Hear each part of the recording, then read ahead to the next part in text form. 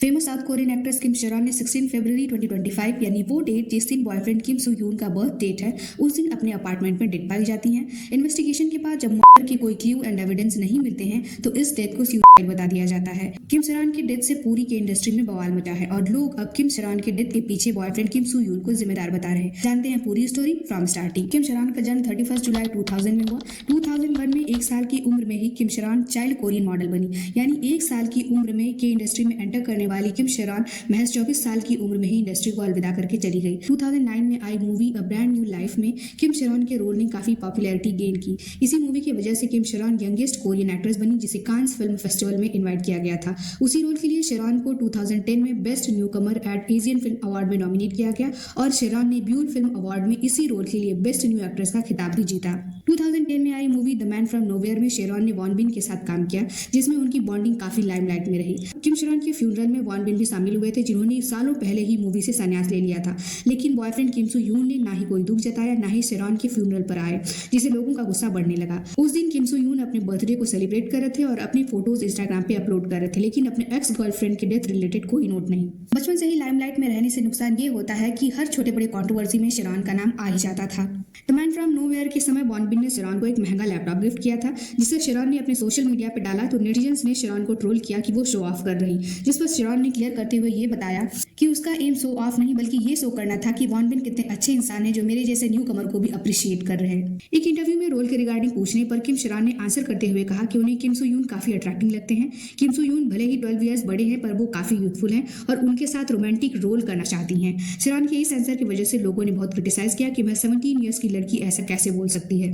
किम शेरॉन की लाइफ की सबसे बड़ी कंट्रोवर्सी बनती है ड्रंक एंड ड्राइव केस, जो किम शेरॉन को मौत की तरफ धकेलने का इंपॉर्टेंट रीजन बनी। अब ये ड्रंक ड्राइव का रिलेशन शायद शेरॉन और किम सू यून के ब्रेकअप से भी रिलेटेड हो सकता है, एल्स की ब्रेकअप के डिप्रेशन में आकर अल्कोहल कंज्यूम करने लगी हो शेरॉन। पर जो भी हो, किम सू यून कहीं न कहीं बैड लक साबित हुए शेरॉन की लाइफ के लिए। किम शेरॉन के डेथ न्यूज को हवा तब लगी जब गारो सेरो रिसर्च इंस्टीट्यूट एक यूट्यूब चैनल ने ये क्लेम किया कि किम सू यून शेरॉन को तब से डेट कर रहे हैं जब वो महज 15 साल यानी माइनर थी। गारो सेरो ने अपने लाइव पर शेरॉन की आंटी को बुलाया जिसने शेरॉन के डेथ के लिए सू यून को जिम्मेदार बताया। बात करते हैं रूट कॉज यानी ड्रंक ड्राइव केस की। 2022 में शेरॉन ने नशे में गाड़ी ड्राइव की जिस वजह से वो तोड़फोड़ करते हुए रोड पे आ रही थी। जब पुलिस पीछा करने लगी तो रश ड्राइविंग के चलते शेरॉन ने गाड़ी से इलेक्ट्रिक ट्रांसफार्मर में टक्कर मार दी जिससे लगभग 4-5 घंटे आउटेज रहा, इसलिए आसपास के बिजनेस लोकल्स को काफी घाटा हुआ। चेक करने के बाद पता चला कि शेरॉन ने अल्कोहल कंज्यूम किया था, इसलिए शेरॉन पर $480,000 की पेनाल्टी लगी। एट दैट टाइम सू यून एंड गोल्ड मेडलिस्ट ने इस सिचुएशन को खुद संभालने की जिम्मेदारी ली और वो सारे पैसे पे किए। किम शेरॉन इस हेल्प से काफी खुश थी और ऑब्लाइड भी कि किम सू यून बहुत नाइस गाय है, उसने सारे पेमेंट किए।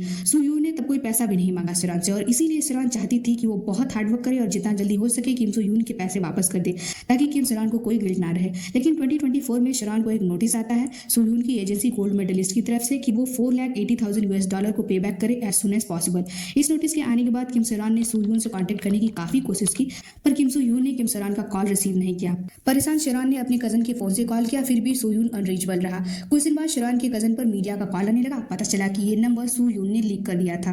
23 मार्च 2024 को शेरॉन ने इंस्टाग्राम पे ये इंटीमेट फोटो डाली ताकि कोई रिएक्शन देने के लिए ही सही बट सू यून कॉल करे, पर खुद कॉल करने के बजाय सू यून ने एजेंसी के थ्रू एक ऑफिशियल स्टेटमेंट रिलीज किया जिसमें शेरॉन को नेगेटिव वे में दिखाया गया। इस वजह से शेरॉन की इमेज काफी टार्निश हुई।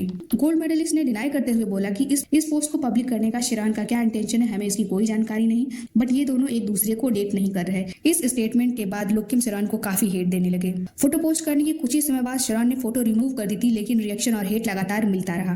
गोल्ड मेडलिस्ट के स्टेटमेंट के बाद 24 मार्च 2024 को अपने इंस्टाग्राम पर शेरॉन ने अपने रिलेशनशिप के बारे में एक पोस्ट ड्राफ्ट किया था जिससे किम शेरॉन ने पोस्ट नहीं किया पर अपने कजन को सेंड किया था, जिसमें शेरॉन ने बताया कि उन्होंने 19 नवंबर 2015 से डेटिंग स्टार्ट की थी जो कि लास्टेड ऑन 7 जुलाई 2021, यानी 2015 में जब शेरॉन 15 इयर्स की थी तो किम सू यून 27 इयर्स का था। उस टाइम से लेकर गारो सेरो के क्लेम तक सू यून की एजेंसी ने डेटिंग को र्यूमर बताया और अब जाकर वो इस बात पे अग्री हुए कि उनका रिलेशनशिप था, लेकिन तब स्टार्ट हुआ जब शेरॉन अडल्ट हो गई, यानी 2020 एंड 2021 में इनका रिलेशनशिप था, वो भी केवल 1 साल तक।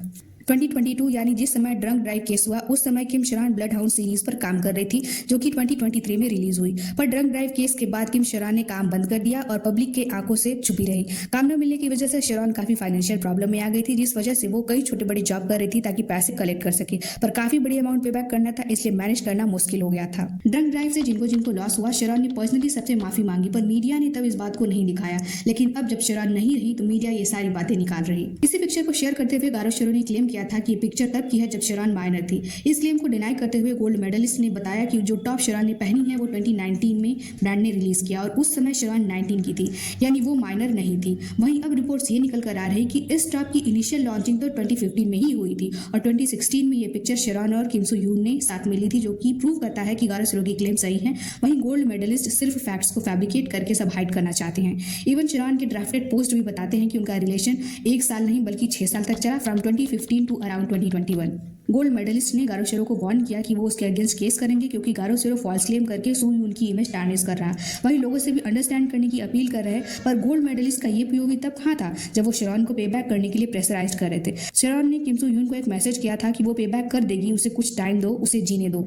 ऐसा नहीं है कि मेरे पास पैसे हैं और मैं दे नहीं रही, मेरे पास कोई पैसे नहीं है पर मैं काम कर रही हूँ और टाइम टू टाइम मैं पे बैक करती रहूंगी। पर गोल्ड मेडलिस्ट एजेंसी की कांस्टेंट धमकी ने शरान को इस हद तक मजबूर कर दिया और इन्होंने आखिर उसे मार ही दिया। सू यून की एजेंसी ने पैसे पे बैक करने के बाद मैनेजर्स पर डालकर सू यून का पल्ला साफ करने का एक बेहतरीन प्रयास किया, लेकिन क्या ये पॉसिबल हो सकता है कि सू यून को पैसे के बारे में कुछ पता ही ना हो? शरान कोई ऑर्डिनरी एम्प्लॉय नहीं थी जो सू यून का आमना सामना न हो शरान से। गोल्ड मेडलिस्ट के अकॉर्डिंग दोनों रिलेशनशिप में 1 साल तक रहे और दूसरी बात यह कि शरान एक बड़ी एक्ट्रेस थी, तो ये कैसे पॉसिबल हो सकता है कि एक्स गर्लफ्रेंड की लाइफ में क्या हो रहा है इसका सू यून को कोई खबर नहीं हो, वो भी सेलिब्रिटी एक्स गर्लफ्रेंड, वो सेलिब्रिटी जिसे खुद सू यून की गोल्ड मेडलिस्ट एजेंसी ही हैंडल करती थी ड्रंक एंड ड्राइव केस आने तक। उसके बाद कहीं जाके उन्होंने कॉन्ट्रैक्ट टर्मिनेट किया। अलग अलग पैतरों से किम सू यून की इमेज बचाने की कोशिश में अगला पैतरा शरान की मां को लेकर फेंका कि हमें शरान की मां के दुख का एहसास है, उन्होंने अपनी डॉटर के ऑनर की बात की है और हमें एक मां की रिक्वेस्ट का ख्याल रखना चाहिए।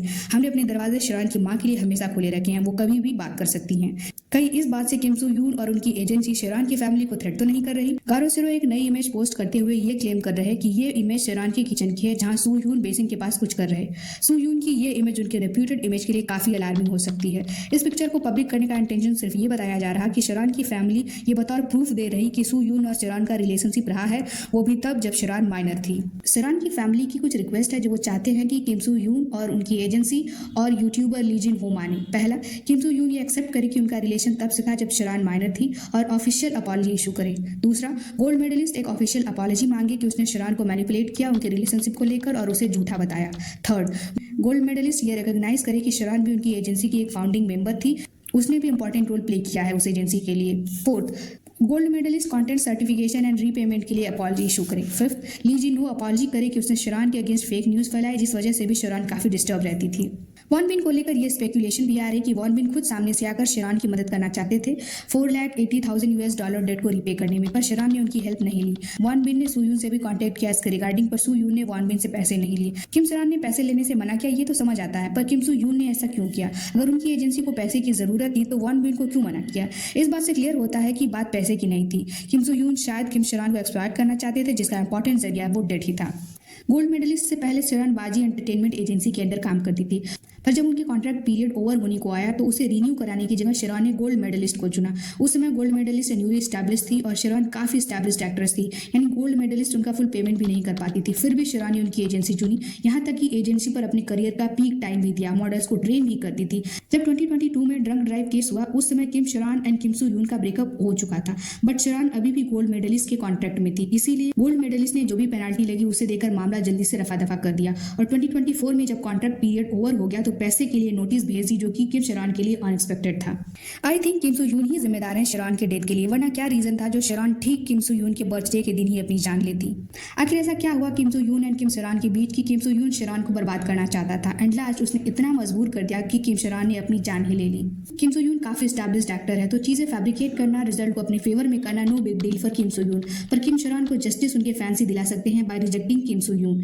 जितना इनोसेंस दिखाया जाता है इन ड्रामाज में, उतने इनोसेंट अगर लोग होते तो क्या ही बात थी। बाहर की दुनिया इन्हीं चमकीलियों को देखकर अट्रैक्ट होती है और उनकी लाइफ को आइडियलाइज करती है, पर अंदर से कितनी अंधेरी लाइफ इन स्टार्स की इसका खुलासा किम शरान या ऐसी किसी भी स्टार के डिस से तो हो ही रहा। आप अपना टेक कमेंट सेक्शन में बता सकते हैं। सब्सक्राइब, लाइक और शेयर करने की हम्बल रिक्वेस्ट। देसी अर्बनी, गुड बाय।